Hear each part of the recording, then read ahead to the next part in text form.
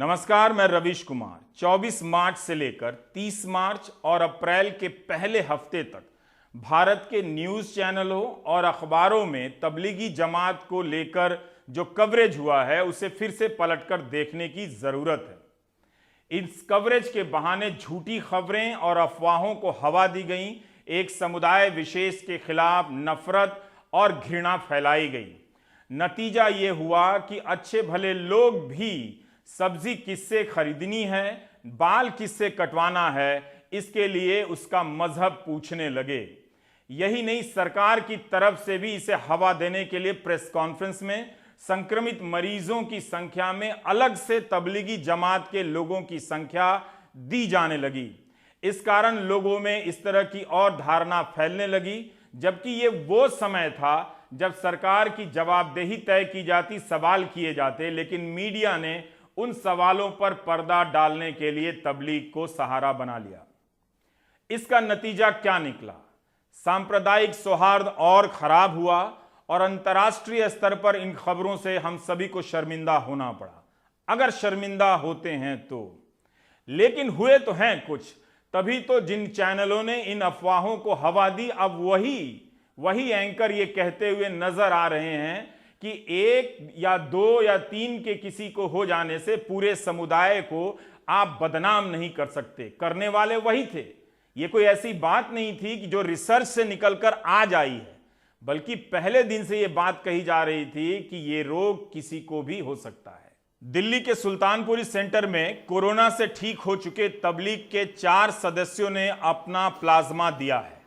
300 से अधिक तबलीग के सदस्यों ने दिल्ली सरकार के सहमति फॉर्म पर साइन किए हैं, जो प्लाज्मा दान करने के लिए तैयार हैं। क्या कोई इस आधार पर प्लाज्मा लेने से अब मना कर सकता है, जिस आधार पर कई हाउसिंग सोसाइटी में लोग हिंदू नाई और हिंदू सब्जी वाले का भेद कर रहे हैं? तमिलनाडु के 40 साल के मोहम्मद जाफर ने कहा कि वो प्लाज्मा देना चाहते हैं। डेक्कन हेरल्ड में इनकी खबर छपी है। किसी की जान बचाने के लिए भी और संदेश देने के लिए भी कि वे कानून का पालन करने वाले नागरिक हैं। तमिलनाडु में भी जमात में शामिल कई तबलीगियों ने अपनी तरफ से कहा है कि वे प्लाज्मा देना चाहते हैं।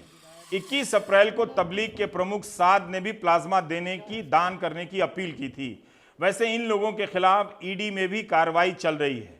सोचिए, जिन चैनलों पर तबलीग को लेकर अफवाहें फैलाई गईं, वो अब भारत का अंतर्राष्ट्रीय स्तर पर नुकसान कराने के बाद ढोंग कर रहे हैं जैसे कल कुछ हुआ ही नहीं।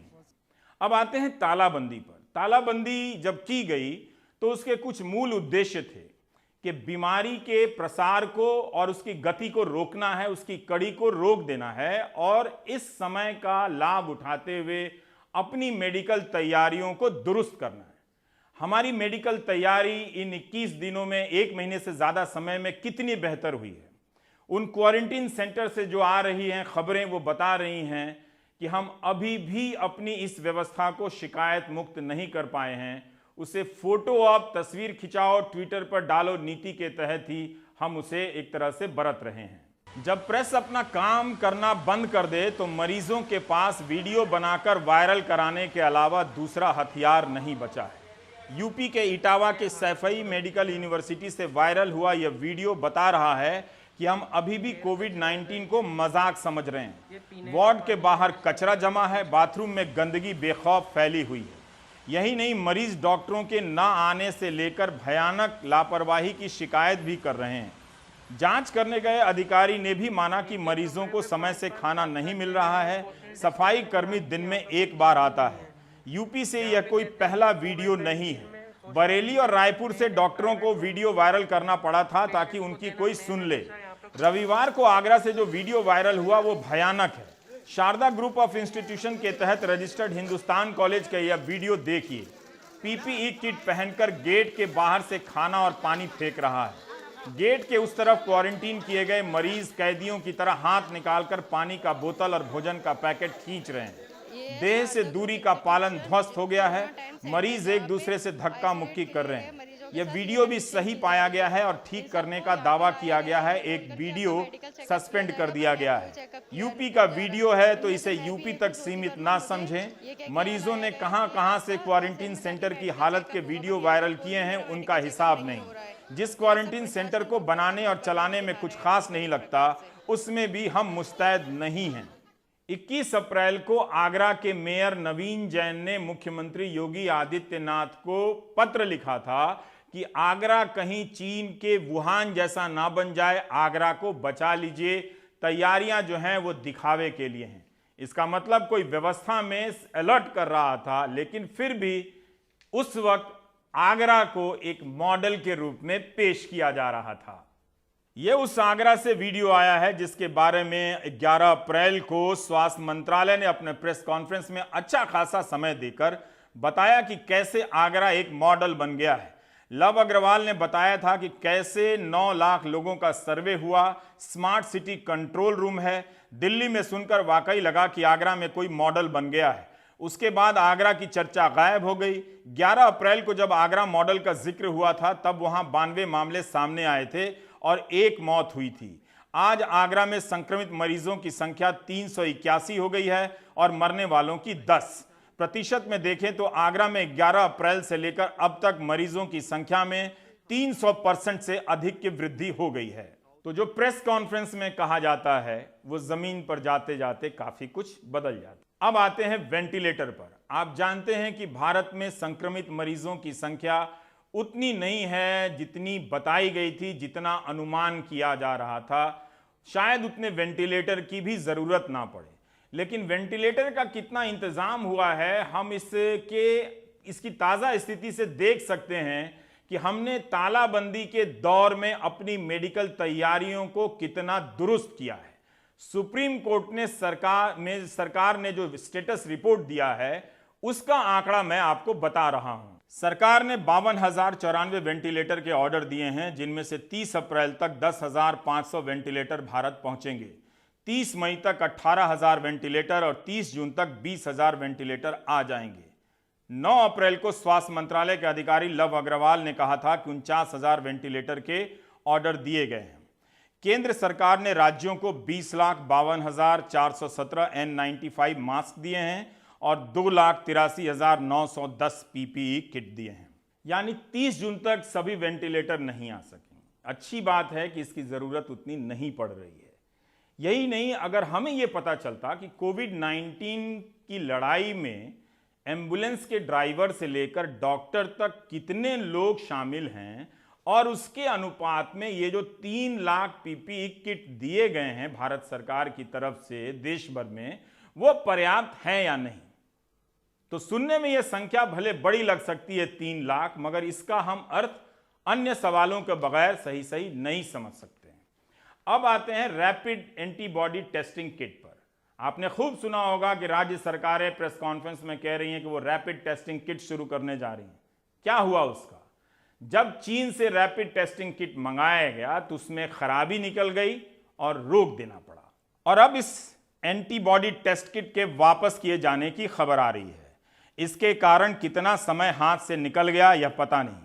यही नहीं, एनडीटीवी के अरविंद गुणाशेखर की रिपोर्ट ने एक और राज खोल दी है।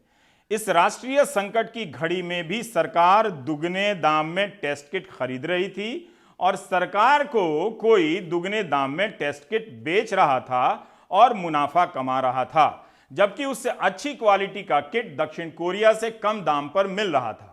भारत ने 6,50,000 रैपिड टेस्ट किट चीन से मंगाए।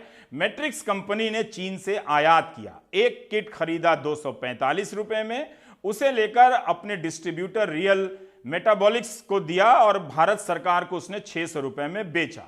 जब तमिलनाडु सरकार ने एक दूसरे डिस्ट्रीब्यूटर के जरिए ऑर्डर दिया तो इन दोनों डिस्ट्रीब्यूटर में झगड़ा हो गया, मामला कोर्ट में चला गया। एक घटिया किट दुगने दाम में बेचे जाने का खेल अदालत के सामने खुल गया। शुरू से ही चीन के टेस्ट किट और दाम को लेकर विवाद हो रहे थे। छत्तीसगढ़ के स्वास्थ्य मंत्री ने ट्वीट किया था कि दक्षिण कोरिया से उनकी सरकार मात्र 337 रुपए में टेस्ट किट खरीद रही है। If not for these quality issues, government would have ended up paying 140% more than the value of these kits. Sources now tell NDTV that government is now focusing on procuring antibody kits with better quality from South Korean firms. With camera person Joseph, this is Arvind Gunasekhar for NDTV. क्या ये संख्या हमें आश्वस्त करती है कि हम तालाबंदी हटा सकते हैं, उसमें ढील दे सकते हैं या उसका स्वरूप बदल सकते हैं। स्वरूप हम बदल भी रहे हैं।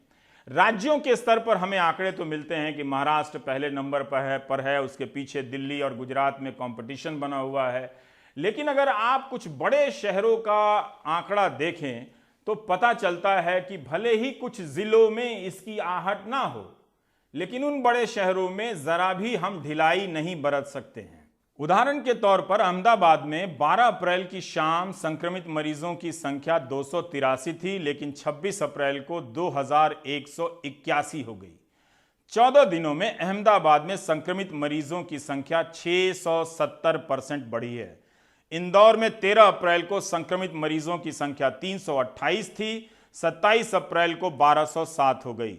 14 दिनों में इंदौर में संक्रमित मरीजों की संख्या में 267% की वृद्धि हो गई।